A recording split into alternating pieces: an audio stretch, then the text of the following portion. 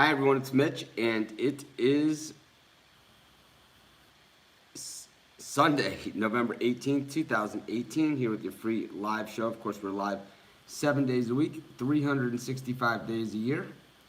Usually right around this time, sometimes, usually actually a little bit earlier than this, but better late than never. Just working on some stuff on the site. I've been sick as a dog for days. Today is the best I've felt in a while. You can see I got some color back in my face. Could use a shower, a shave, and some other stuff. And I think when I get sick, I bite my lip, and you can see I got some marks right here. Stuff.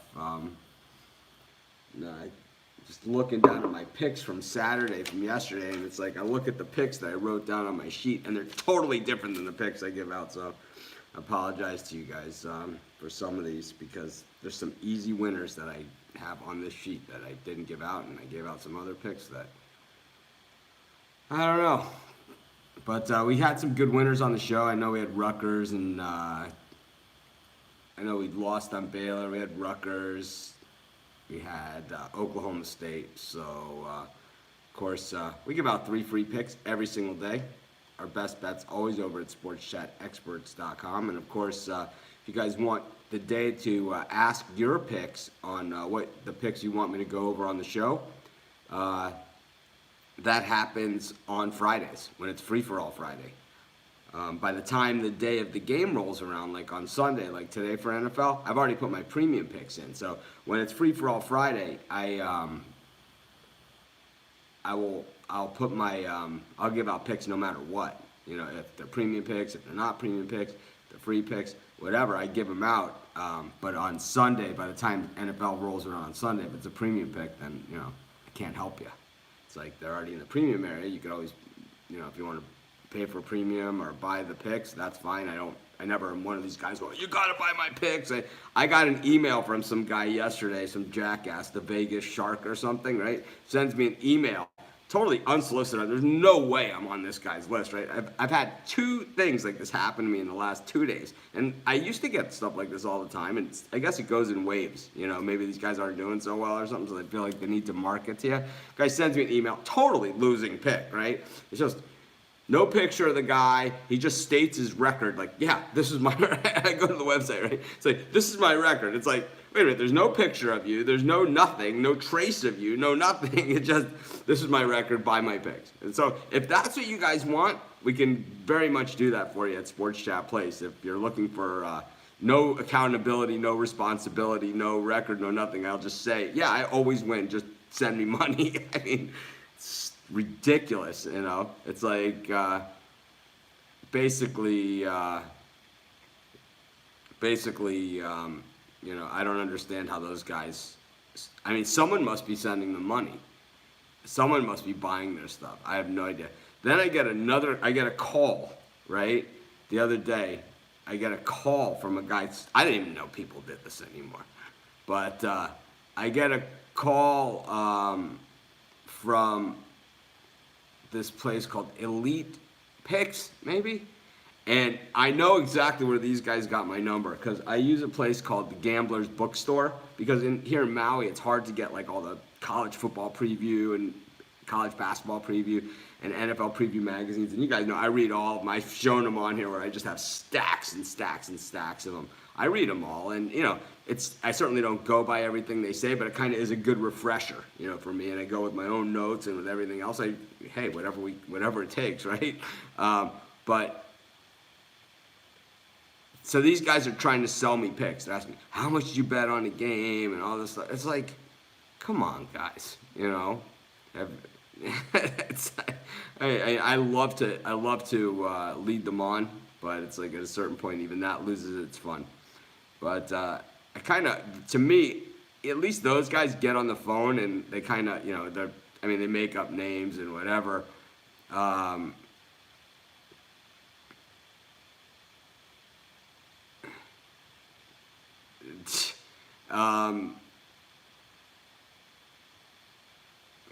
You guys are crazy. Anyways, I'm reading some of the YouTube comments. So long time coming is asking me a question. How do I place my bets? And I'll tell you, I've answered this question a ton of times, but I'll gladly answer it again. I go through the games one time. Okay, the first time I go through the games after I've made my picks. Okay, so first I go through all the games, I make my picks, and then I dig in a little deeper and I say, yeah, these are going to be picks and these aren't. And I did not do that this weekend because I was sick, and I should have just went with the picks that I picked right off the top of my head because these were winners. That's for sure. But Duke covered well last night. Yeah, the half a point. Anyways, I go through all the games that I decide I'm gonna bet, and then I bet on all those. Then what I do is I go through them again. And the ones that I really like, I bet them again. And then if the line moves or whatever, I'll bet them again. So sometimes I always start with one unit, then some of them go to 2, some of them go to 3, and some even go beyond.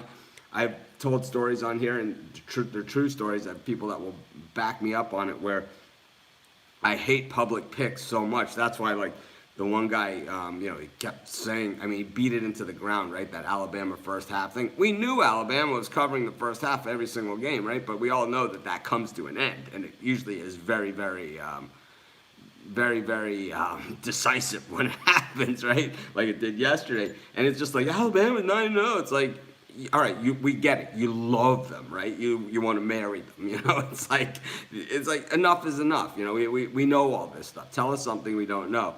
And but anyways, it's like when the public is all over one side, I really, really, I don't know. It's just something within myself, Maybe it's that asshole part of me where it's like it just makes me like the other team even more. And you guys have seen me make these picks on the show where it's just like there's so many people on this side, I just have to go to the other side, and it's like that will happen to me. Like I was at the MGM a few years ago. I tell this story all the time. I was at the MGM a few years ago. Boise State was opening the season. They were playing Michigan State, and the world was on Michigan State. Michigan State is one of those very public teams, and the world was on Michigan State. And I was at the window, and I said to Craig Trapp, who was with me, I said, every time someone says Michigan State, I'm going to bet an extra $100 on Boise. Well, by the time I got to the window, he had to hold my place in line. I had to go back to the cash machine. I maxed out my withdrawal limit. I put everything that I was going to put the game on it, plus my withdrawal limit, plus I had to borrow money from him. I put it all on Boise. Then I had to borrow $10 from him to tip the waitress during the game. That's how all in I was, and that's how, sometimes I will go over the top. And, of course, we all know what happened in that game. It was the exact thing that we've seen a lot of this season where Michigan State did have a chance to cover, and then Le'Veon Bell took a knee on the 2-yard line in that game. But anyways, that's a whole other story. It was a great win, and it's going against the public, which I love to do, and we'll probably do some right here on this show. But let's get to the NFL picks for today. God, we're already 8 minutes into this show. I am feeling a lot better. I can feel it. Yesterday, I thought I was going to die at this point. Anyways, let's go to this game between the... we did that one on Dog of the Day. Boy, I've given out most of these picks. Chargers against the Broncos. I love the way the Chargers are playing this year, and I know that I don't watch a lot of the shows on TV, the preview shows and stuff like that, so I don't even know what they're saying about the Chargers, but I've been watching the Chargers, and what we haven't seen from the Chargers is Phil Rivers shoot himself in the foot like he has a lot of times, and over the years, he's the best at it, right? No one kills themselves on the NFL field. No one snatches defeat from the jaws of victory like Phil Rivers has over the years in winnable games, right? I mean, he has done it so many times, but this looks to be a different Chargers team this year. They're really loaded. I know they get Boza back today. Does he break up that chemistry that the Chargers defense is playing with, or does he, make them even better? Now, the thing is, they're playing a Broncos team. This is a divisional game. The Broncos, generally, in a divisional game, you see a touchdown, and you're just all over the other team. And probably in the podcast, I probably said the same thing. But I think I'm kind of leaning the Chargers here. I know they're just 1-2 against the number at home, but the Broncos 2-2 against the number on the road, just 3-5 against the number this season. They push 1-3 straight up on the road, while the Chargers actually 5-4 against the number. Solid touchdown spread in this one, but Case Keenum against that pass rush, and now you add Bosa to the mix, and you got to figure, people have been saying, from what I've heard on the commentary, at least, watching the games, I don't watch the other commentary stuff, but the commentary I've heard during the games is that the Chargers are missing their best player. Well, that's not true. Bosa's not their best player. I don't even think he's their best defensive player. Their best player is Phillip Rivers. I mean, he's their best player. He has that quick release. He has one of the best releases in the history of the NFL. And he's got some receivers that are catching the ball. He's also got a running back in Gordon, and he's also got that Darren Sproles type back. And these are all the things that have made Phillip Rivers his best this season. So, it's not just Bosa's not their best player. We don't even know what he is. It's kind of like we're not really sure what he's going to be. He might be the guy that destroys the chemistry of this team, but I'll tell you one thing. Case Keenum's nothing compared to that. He's in big trouble. I like the Chargers in this one. I've probably flip-flopped on this game. I probably took the Broncos on the podcast. So if you're watching the live show, I took the Broncos. I took the Chargers. Anyways, of course, we do at least 3 free picks every single day. Our best bets over at sportschatexperts.com, where it's best bets from myself and some of the other top handicappers in the world today. The premium picks, they're just for people if that's what you want. If you don't, we have free picks. If you like making your own picks, it's your own thing. We got the Facebook group as well. We discuss this stuff all day long. But anyways, let's get to another free pick here.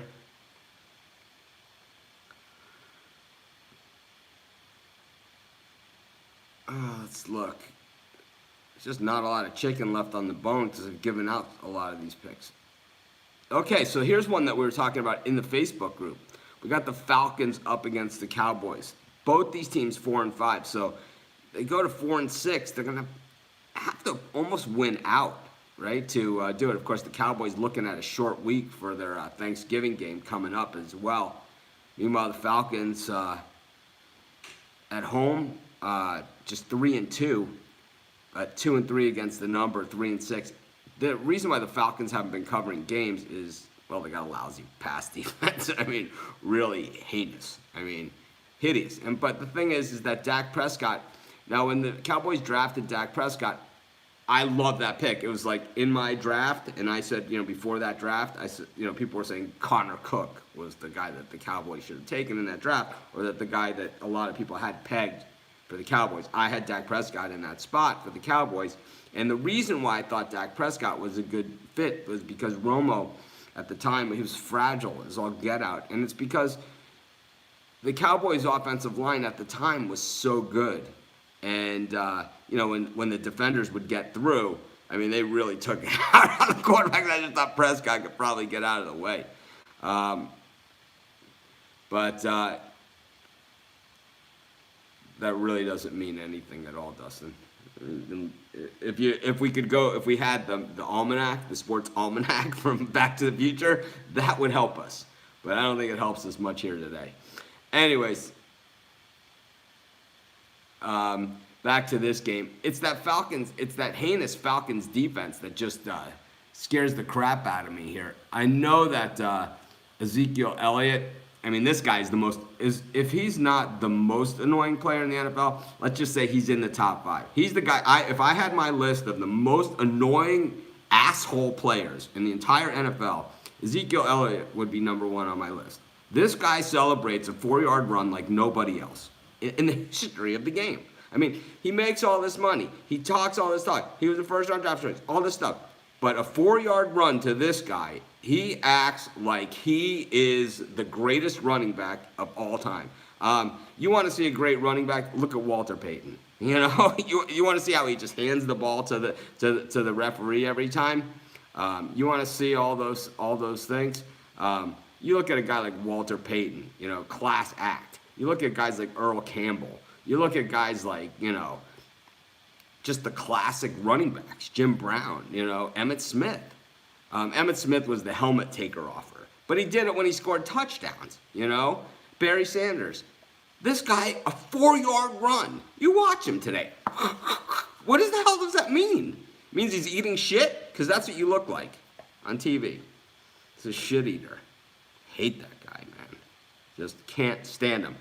The only thing that he's proved that he can do, because winning meaningful football games isn't something that this guy does at the NFL level. He did it at the college level, but he has not done it at the NFL level. The only thing he's done at the NFL level is beat up his girlfriend, right? That's the only thing he's done. So I gotta say that,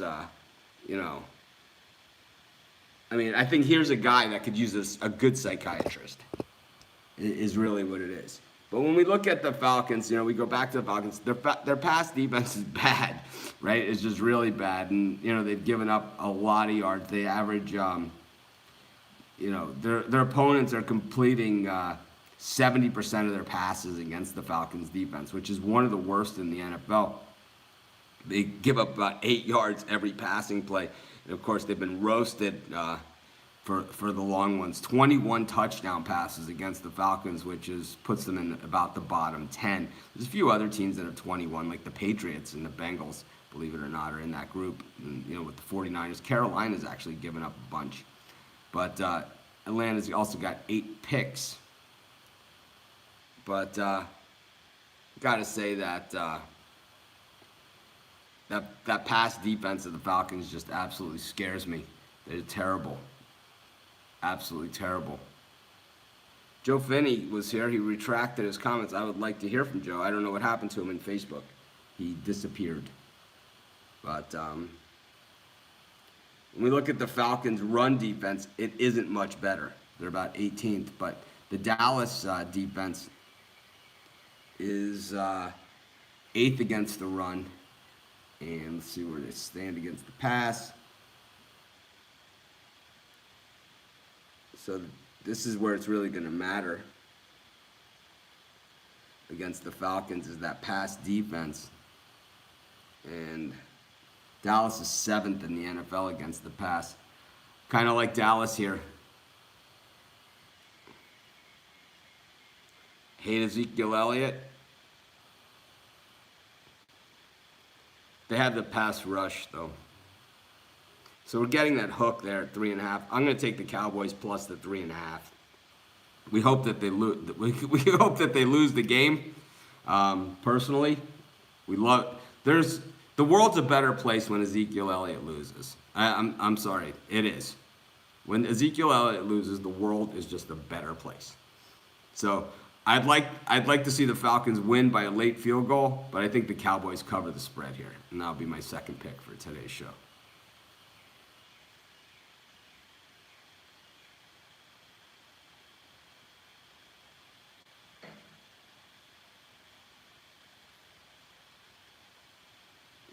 So anyways, we do 3 free picks every single day on this show. Our best bet's always over at Sports Chat Experts. The last couple of days I've been really sick. Today's the best I've felt in a long time.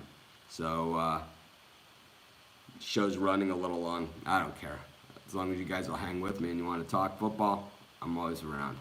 Of course, we carry on the conversation all day and all night in our Facebook group. It's 100% free. All you have to do is be a real person with a real profile to be admitted. If you're one of these people that have no profile, no picture, no nothing, well, we're not going to let you in our group.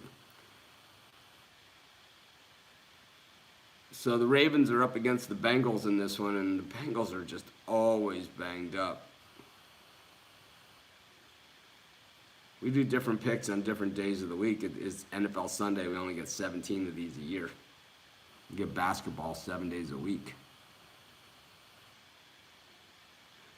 Anyways, got the Bengals up against the Ravens here in Baltimore. Cincinnati won the first meeting. Remember, this was like a Thursday night game.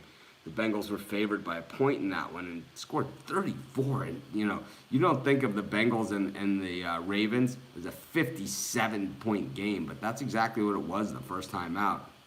No, that's cool, Hector. We do basketball picks almost every single day. But just it's on Thursdays on Saturdays we do college football. On Sundays we do NFL. College football we only have one more week left, so we'll be doing college basketball and NBA basketball on Saturdays, and NFL we only have a few weeks left also. So yeah, we know Flacco's out, but that's always considered in the Lamar Jackson. This is not like breaking news. I mean, Flacco's been out all week. Everyone's known that. It's not that Flacco was going to play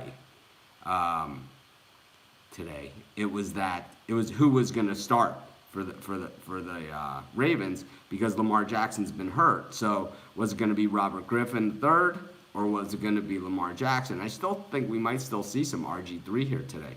I thought he played really well in the preseason, to be honest. I watched a lot of preseason this year, and RG3 was pretty impressive in those games. I do think that the Ravens might get some revenge here, but Jackson is certainly not trash. He is an athlete of athletes. He is a man among boys when it comes to athletic ability. He is one of the best athletes, pure athletes you've ever seen. You want to see how good Lamar Jackson is? Take a look at Louisville, the University of Louisville. They went from 2 years ago playing in a New Year's Day bowl game, right, to their coach getting fired within 2 years, with this guy not there. That's how fast it happened. That's how much of a difference. You think the whole team just fell apart like when Lamar Jackson left? No. They lost one guy who made up for it. That much of a difference. Do not underestimate Lamar Jackson. I think the issue here for the Bengals isn't necessarily just Lamar Jackson, which is a big problem. It's when you look at this injury list, so it looks like Burfict and Mixon are both gonna go. No, Burfict is gonna go, but Ross has been questionable since the day they drafted him offensively, and of course AJ Green is out, who really is the safety valve. But man, do they have a lot of players out on the Bengals. The Ravens, I don't like what's going on in their backfield altogether, and I think that this is a banged up team as well. I don't love this game, but I think you take the points, 6.5 with the Bengals.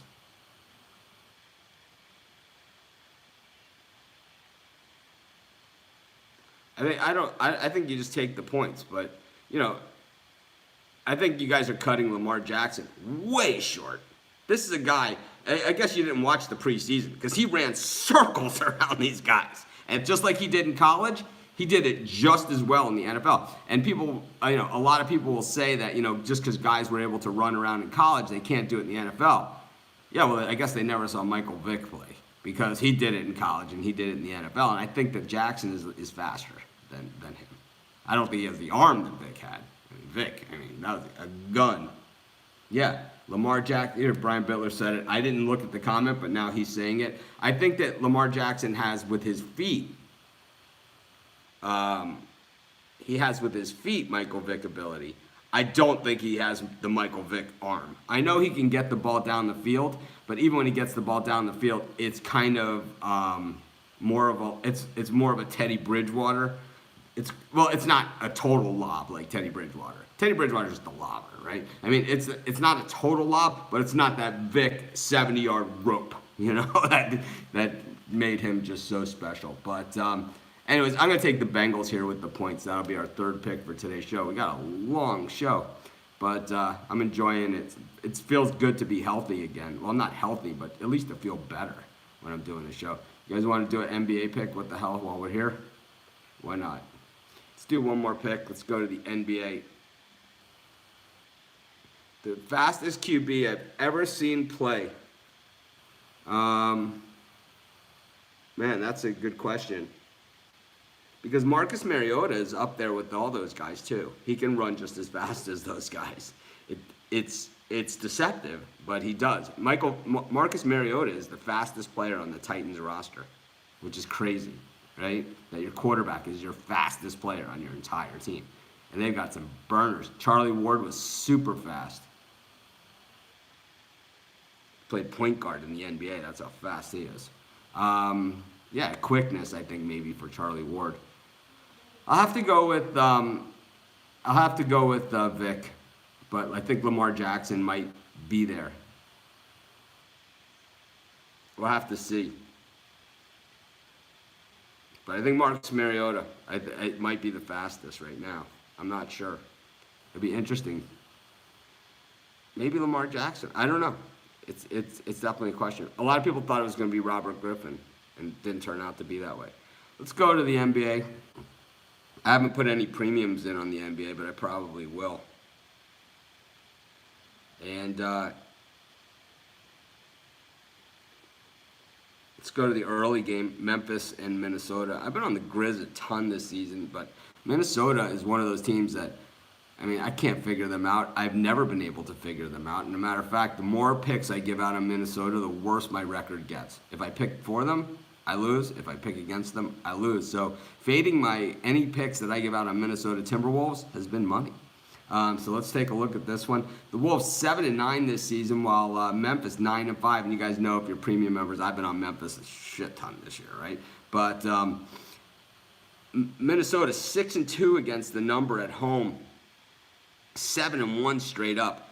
But yeah, I mean, sometimes you're better, reducing. They have a coach that, there's certain coaches in sports that make up for a lot.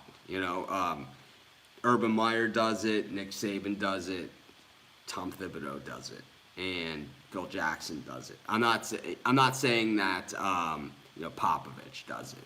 I'm not saying that guys that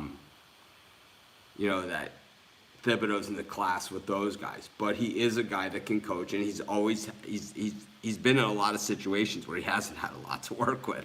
So he's won with less.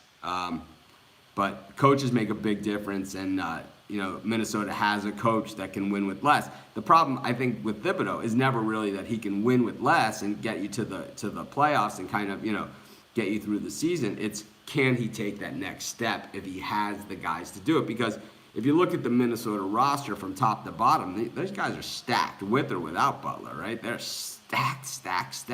Give me that Karl Anthony Towns. Man, he destroys game plans, right? I mean, this guy, how do you defend that, How do you game plan against that? That's what I want to know. Some of these guys in the NBA now, I mean, I can't even figure it out. But anyways, I got to go with Memphis here. I'm going to take the points. I know it's death wish.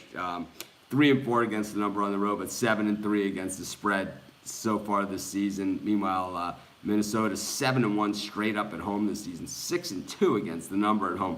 But I just think the 5.5. I love the 5.5. I think this game comes down to the final seconds again. I think this is probably a 3-point game either way. So, anyways, I just think Memphis has played the tougher teams and the tougher schedule. I think they're battle tested. I'm going to give out some premiums on the NBA as well today. But man, I've said this a lot in my other videos over the past couple of weeks. I didn't grow up a fan of the NBA, and I went to college in Boston during the glory days of the Celtics, the Bird era, and I liked the NBA then, but I've never liked the NBA as much as I like it this year.